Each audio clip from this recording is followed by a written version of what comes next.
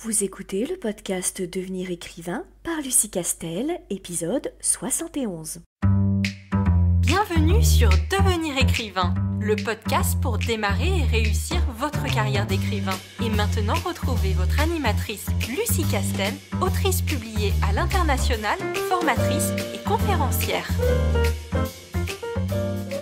Bonjour, bienvenue à toi, auditeur fidèle ou simplement de passage dans ce nouveau podcast articulé aujourd'hui autour du pas à pas pour être publié.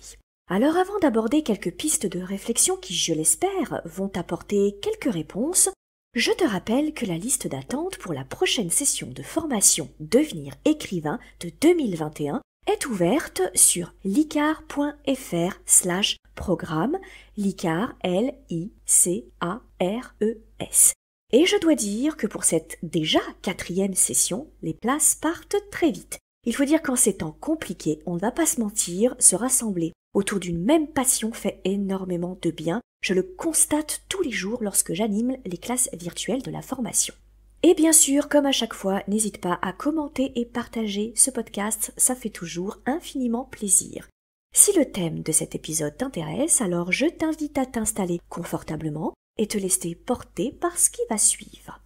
Durant mes lives, un mercredi sur 2 à 20h sur la page Facebook de l'Institut des carrières littéraires d'ailleurs, j'aborde souvent des thèmes spécifiques liés aux corrections de manuscrits par exemple, à la recherche d'un bon éditeur, à la relation qu'on peut avoir avec les bêta-lecteurs, à la création des personnages. D'ailleurs, si tu ne l'as pas encore fait, n'hésite pas à télécharger notre modèle de fiche de personnage sur licar.fr, c'est totalement gratuit. Mais du coup, je me suis dit que c'était peut-être le bon moment pour refaire un petit point sur les étapes indispensables dans une démarche professionnalisante d'auteur.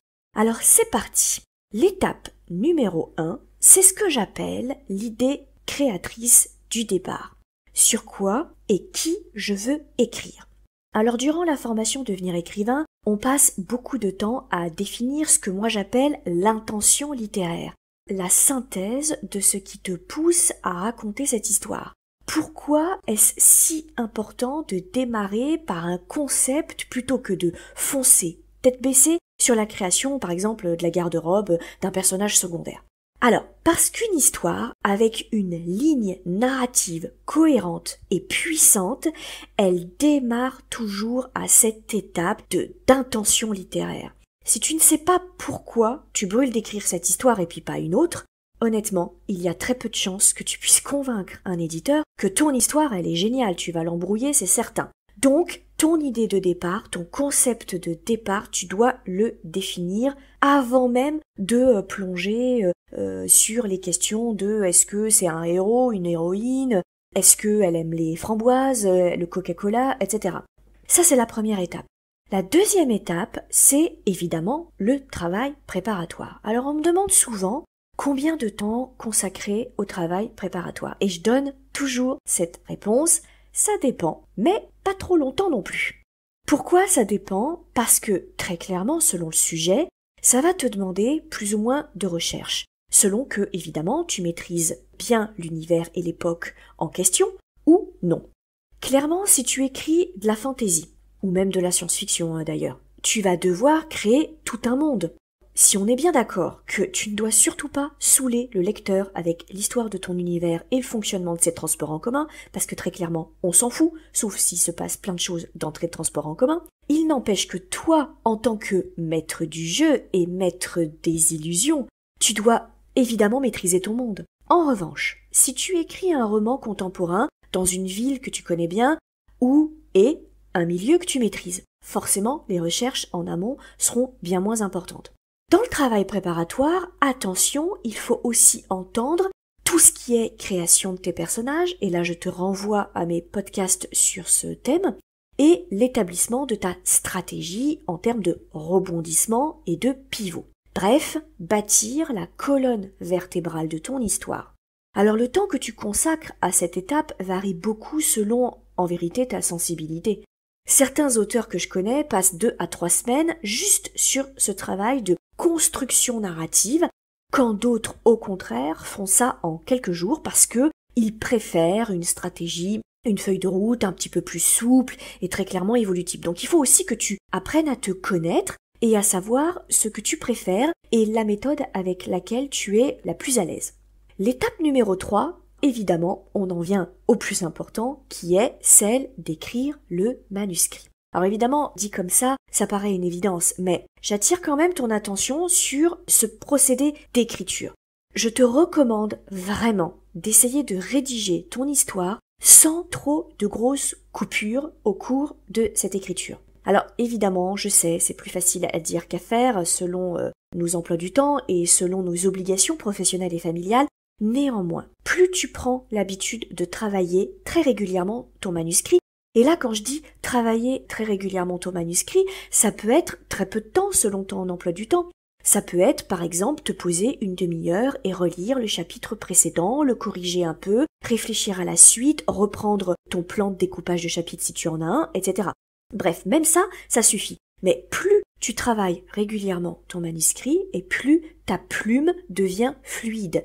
Et moins, évidemment, tu prends le risque de créer des problèmes de cohérence et de structure parce que, tu auras complètement oublié les détails que tu as déjà rédigés sur la première partie de ton manuscrit et que, tu vas pas forcément perdre du temps à chaque fois à relire les 10 000, 20 000, 30 000, 40 000, 50 000 mots. Et du coup, tu vas prendre le risque qu'en faisant des grosses coupures, quand tu reprends, on va voir les raccords.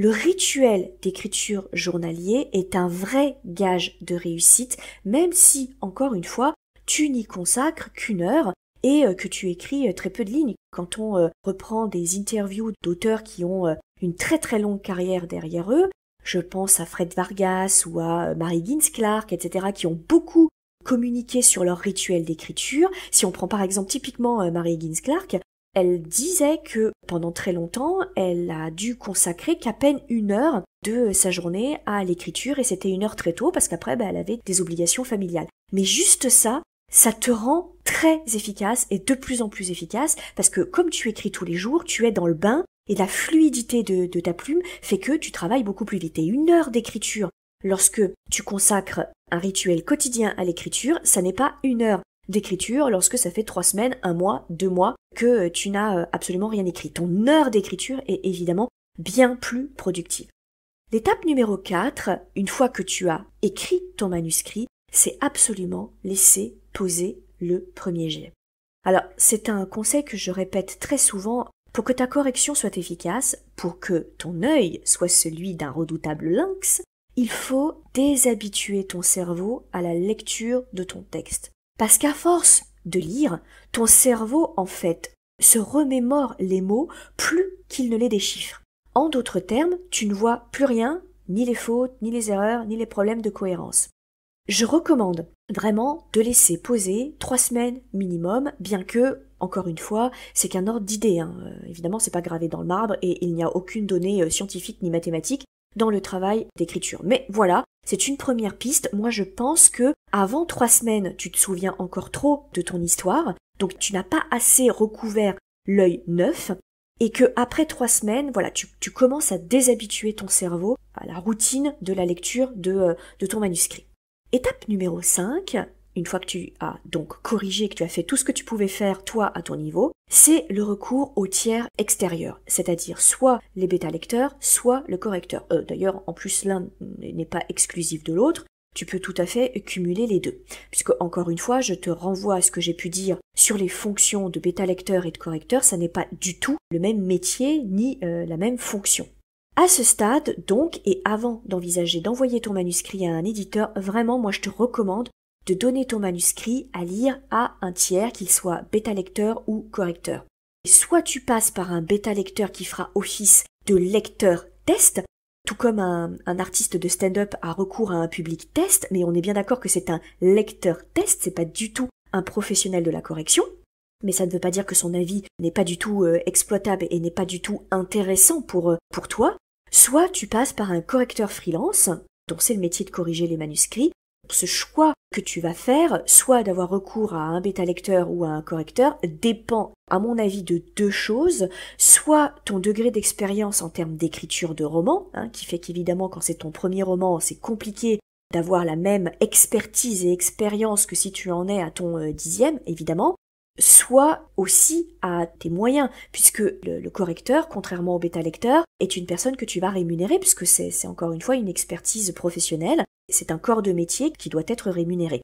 Donc ça dépend de ces deux choses, et puis ça dépend peut-être aussi, on va pas se mentir, de ton rapport à ton écriture. Est-ce que tu te sens sûr de toi? Est-ce que tu connais très bien tes points forts et tes points faibles? Est-ce que tu as une bonne analyse, plutôt assez objective, de ton travail d'écriture? Alors je dis assez objectif parce que, on ne va pas se mentir, on n'est jamais totalement objectif sur son travail. Mais plus tu vas écrire des romans, plus tu vas avoir des retours sur les lecteurs, sur les bêta-lecteurs et les éditeurs éventuellement, et plus tu connais tes travers, plus tu sais les identifier. Alors je ne dis pas que ton manuscrit va être parfait, il ne l'est jamais, même Musso, même Nothomb, même Lévy, même Chatham, évidemment que le premier jet n'est jamais parfait, ça c'est une évidence, on n'est pas des machines, mais plus tu vas mûrir ton écriture et plus tu vas savoir détecter tes travers, tes tics de langage, d'écriture, etc., etc. Bref, c'est toi qui décides, mais moi je recommande quand même de pas envoyer un manuscrit à un éditeur sans qu'il soit au moins une fois passé entre les mains de bêta-lecteurs. Étape numéro 6, eh bien, puisque ton manuscrit a un peu tourné, puisque il a été corrigé, bref, que tu as fait tout ce qu'il était possible de faire à ton niveau et selon ton réseau, tu vas procéder à la liste des éditeurs dans ton genre littéraire. Et sur cette étape, je te renvoie à mes podcasts précédents sur la façon de choisir un éditeur et de définir les genres littéraires. Je te recommande encore une fois le site edit-it.fr, edit-it.fr, qui recense par grand genre les maisons d'édition et qui peut être une première approche sur la façon dont tu vas choisir et lister les éditeurs avec lesquels tu aimerais travailler. Dernière étape, la numéro 7. Une fois que tu as fait une liste des éditeurs qui t'intéressent et que tu penses être susceptible de pouvoir te publier, sachant que sur ce thème, ce sujet d'envoi, il y a deux écoles. Soit tu envoies juste à un éditeur, tu attends la réponse et s'il refuse, tu envoies à un deuxième éditeur, méthode tout à fait envisageable mais que je ne te recommande pas, vu les délais de réponse, tu n'as pas de temps à perdre. Ou bien, deuxième école, tu envoies dès le départ à plusieurs maisons qui seraient, de ton avis, susceptibles de convenir pour ton histoire. Ça, c'est la méthode que je te recommande. Bref, je reprends. Avant d'envoyer ton manuscrit à ces éditeurs, souviens-toi que le plus gros de la signature du contrat se fait sur ton dossier de soumission. C'est exactement comme lorsque tu soumissionnes, quand tu candidates à l'emploi des rêves, tu soignes ton CV et ta lettre de motivation. Parce que l'employeur, au départ, ne va te connaître et te juger, évidemment, qu'au travers de cette candidature. Il ne te connaît pas pour l'instant, il ne t'a même jamais rencontré. Pour une soumission de manuscrit, c'est exactement la même logique. L'éditeur ne va pas commencer par lire ton manuscrit en entier, il n'a pas le temps. En fait, il va d'abord faire une première sélection sur les éléments périphériques de présentation que tu vas lui donner. À toi de faire en sorte que ces éléments lui mettent l'eau à la bouche en lui disant finalement cette histoire va forcément t'intéresser, lis mon manuscrit. Nous arrivons à la fin de cet épisode, j'espère qu'il t'aidera dans tes démarches. Si tu souhaites soutenir la chaîne et lui donner un peu plus de visibilité, rien de plus facile, il suffit de laisser des commentaires et d'en parler autour de toi. En attendant notre prochain rendez-vous, je te souhaite une bonne semaine remplie d'écriture. Vous voulez devenir écrivain? Inscrivez-vous à notre newsletter et recevez en cadeau notre modèle de fiche de personnage ultra complète. Chaque semaine, découvrez nos conseils et une bonne dose de motivation. Rendez-vous sur licar.fr, licares.fr.